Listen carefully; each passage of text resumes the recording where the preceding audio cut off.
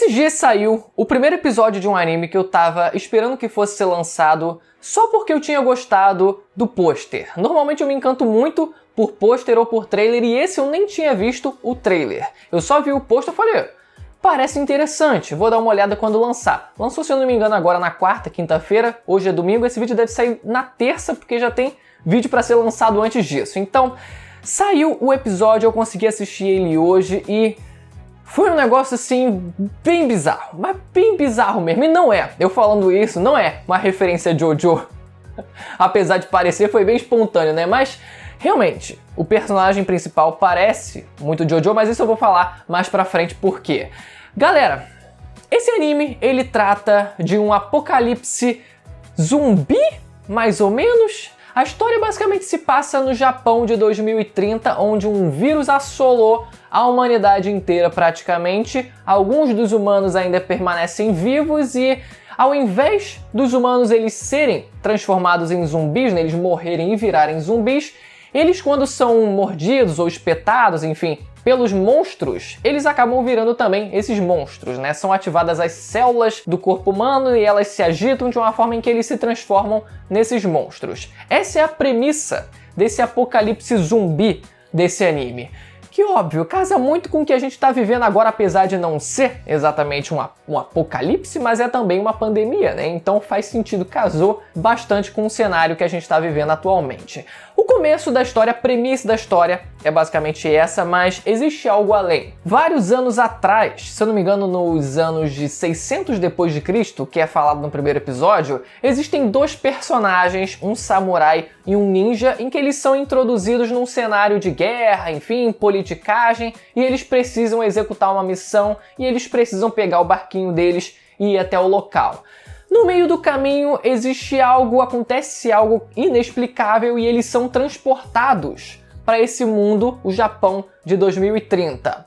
A gente não tem a explicação ainda do porquê isso aconteceu, não sabemos nem se isso vai ser explicado em algum momento, o fato é que isso acontece. E eu particularmente nem sei se a premissa inicial daquele contexto em que eles foram inseridos, né, da politicagem, enfim, né, deles terem que realizar aquela missão, vai ter algum fundamento mais pra frente, se vão ter outros personagens que vão também depois viajar para o futuro, o que vai acontecer, se eles vão viajar para o passado de volta e resolver aquele conflito inicial, não sei. O fato é que é meio que um isekai reverso, porque eles estão vindo do passado e indo para o futuro, só que esse futuro é meio que um futuro que a gente já está acostumado a ver, só que num cenário apocalíptico, né, onde as construções, realmente a arquitetura é um pouco mais melhorada, mas não foge muito do que a gente está acostumado a ver. Então, isekai?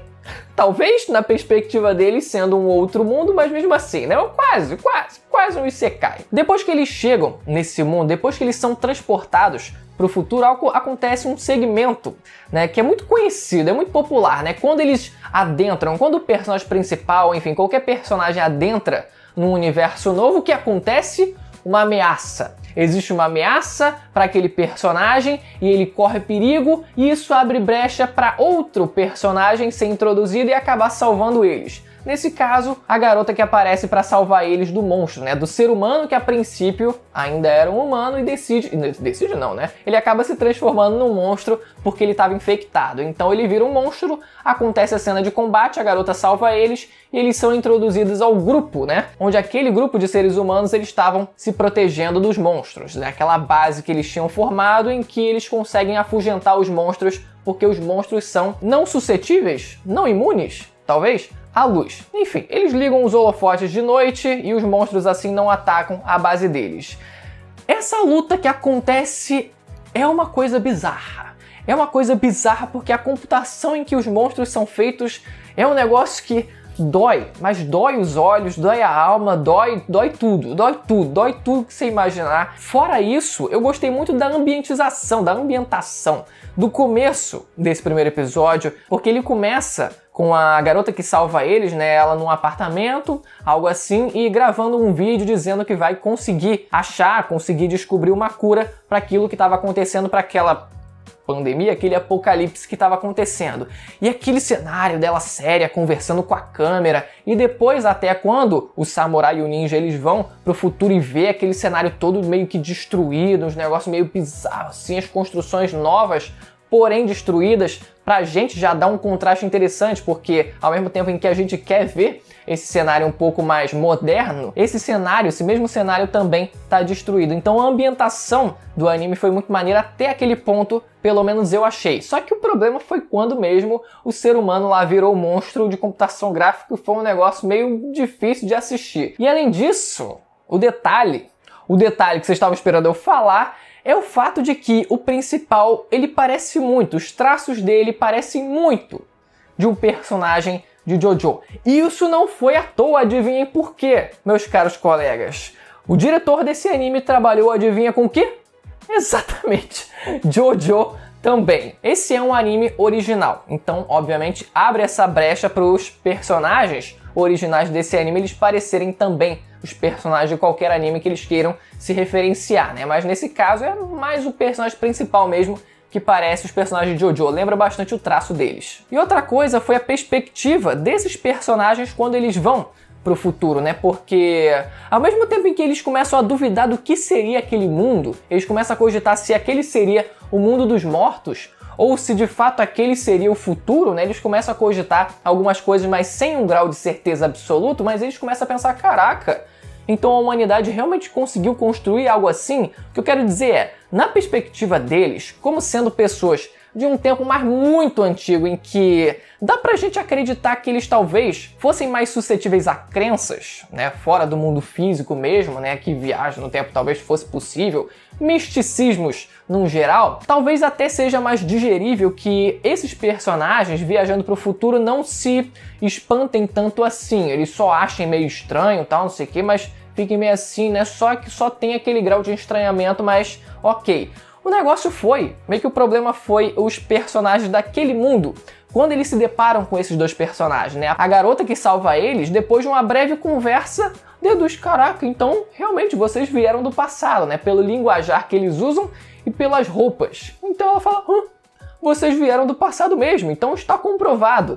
Tudo bem, essa parte do linguajar deles é muito difícil da gente que acompanha legendado deduzir, porque essas nuances que são usadas na fala japonesa muitas vezes se perdem, né? Quando são passados para a legenda, acabam ficando realmente mais identificáveis só no áudio mesmo. Então acaba que a mensagem se perde um pouco. E, além disso, teve também as roupas que eles estavam usando, mas eu não sei.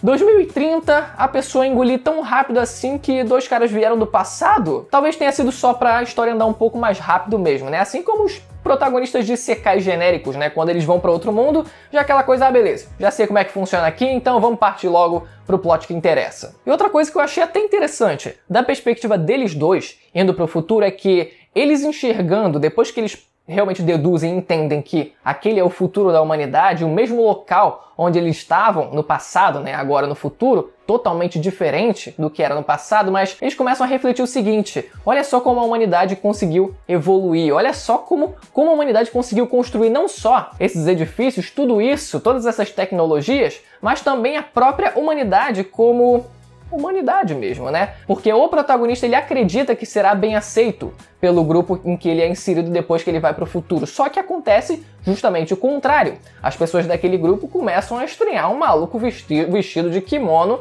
no meio de 2030 com a espada. Tava com a espada? Agora eu não lembro. Então já existe um pouco dessa quebra de expectativa do principal com aquele mundo, achando que a humanidade teria evoluído ao ponto de ser mais receptiva com eles, mesmo sendo algo completamente bizarro de se acreditar, né? Mas, claro, tem que ser levado também um contexto em que eles estão com as emoções à flor da pele tentando combater monstros todo dia. Mas não tem como, enquanto existirem duas pessoas no mundo, haverá conflito, haverá discordâncias, então não tem como fugir disso. Mesmo que a humanidade esteja no ano de 2030 ou 3030, não importa. Galera, se vocês quiserem que eu traga outro vídeo desse anime, não deixe de estar inscrito no canal e também para acompanhar os outros vídeos dos animes dessa temporada que estão saindo e que eu tô trazendo aqui no canal, beleza? Ativa também o sininho para receber as notificações dos próximos vídeos.